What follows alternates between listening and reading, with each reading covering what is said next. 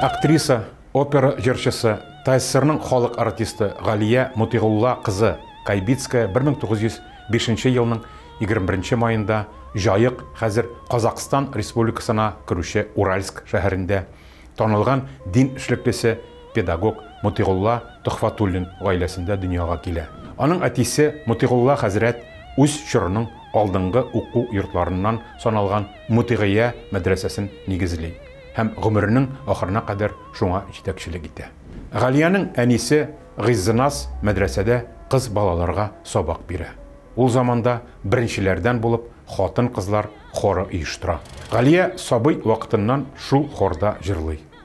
Галия үз әти-әниләре мәдрәсәсендә белем ала, сәнгатькә мәхәббәт анда бала вакытыннан ук уяна. Сәхнә эшчәнлеген 15 яшеннән 1921 елда Уральск шәһәре татар театры труппасында башлап җибәрә. Казанда театр техникумы ачылганны ишеткәч, ул туганнары белән Казанга юл тота. 1923 елның 1 сентябрен студент булган көнен актриса гомеренең иң бәхетле көннәренең берсе итеп күңелендә саклый. Музыкаль һәм драматик сәләткә ия студент кыз укуының 1 елында ук театрда уйный башлый. Ул Фәтхи Бурнашның Таһир һәм Зөһрә трагедиясе буенча куелган спектакльдә хан кызы ролен башкарып уңыш казана. Спектакльдән соң композитор Солтан Габаши һәм Шәрык музыка техникумы директоры Александр Литвинов аңа музыка белән җитди рәвештә шөгыльләнергә киңәш итәләр.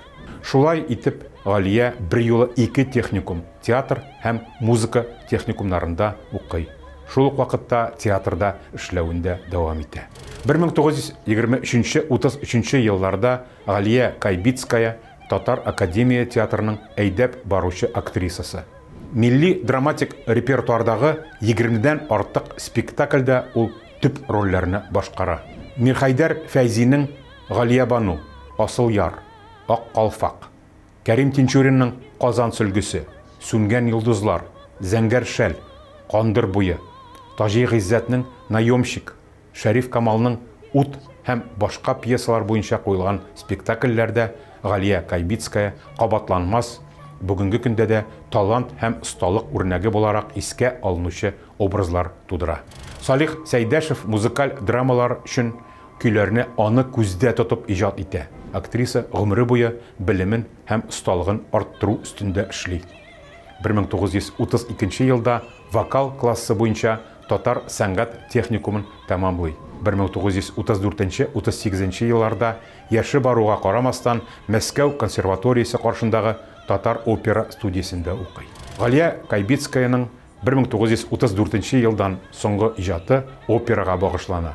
20 елга якын 39-58 елларда ул соңрак Муса Җәлил исеме биреләчәк Татар опера һәм балет театрының солисты була. Театр 1939 елда Нәҗип Җиһановның Кашкын операсы белән ачыла.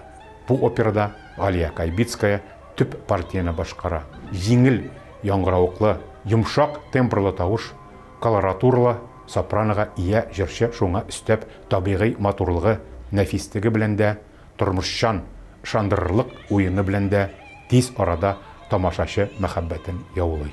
Галия Кайбицкая татар композиторларыннан Нәҗип Җиһановның Алтын чәч, Мансур Музафаровның Галия Бану оперларында, Җәүдәт Фәйзинең Башмагым музыкаль комедиясендә төп партияләрнең беренче башкаручысы була.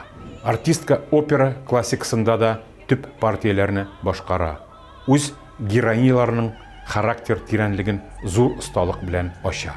Шул ук вакытта ул татар халык җырларын, шул чор татар композиторларының әсәрләрен эстрада сәхнәсеннән башкару белән дә популярлык казана.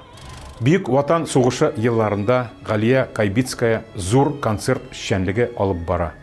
Госпитальләрдә, хәрби частьләрдә чыгышлар ясый. Сугыш барган урыннарда солдатларның сугышчан рухын күтәрүгә өлеш кертә. 1943 елның август айында гына да гармунчы Фәйзулла Туишев белән бергә фронт сызыгында 100-гә якын концерт бирә. Фронтка гастрольләрнең берсе вакытында яралана. Күрсәткән кыюлыгы өчен дәүләт бүләгенә тәкъдим ителә. Мәшһүр җырчы 1968 елда сәхнәдән китә, ләкин халкына хезмәт итүдән туктамый. Ул татар театр музыка сәнгатенең мәшһүр эшлеклеләре турындагы истәлекләр авторы. Хезмәт Кызыл байрагы, почет билгесе орденнары белән бүләкләнә. 1993 елның 16 майында 87 яшендә Казанда вафат була. Яңа татар бистәсе зиратында җирләнә. Казан шәһәренең бер урамына Галия Кайбицкая исеме бирелә. 1998 елда җырчының әтисе Мутыйгулла Төхфәтуллинның кече ватаны Кайбыч районы Олы Кайбыч авылында Галия Кайбицкая музее ачыла. 2013 елдан башлап Галия Кайбицкая исемендәге халыкара вокал бәйгесе уздырыла.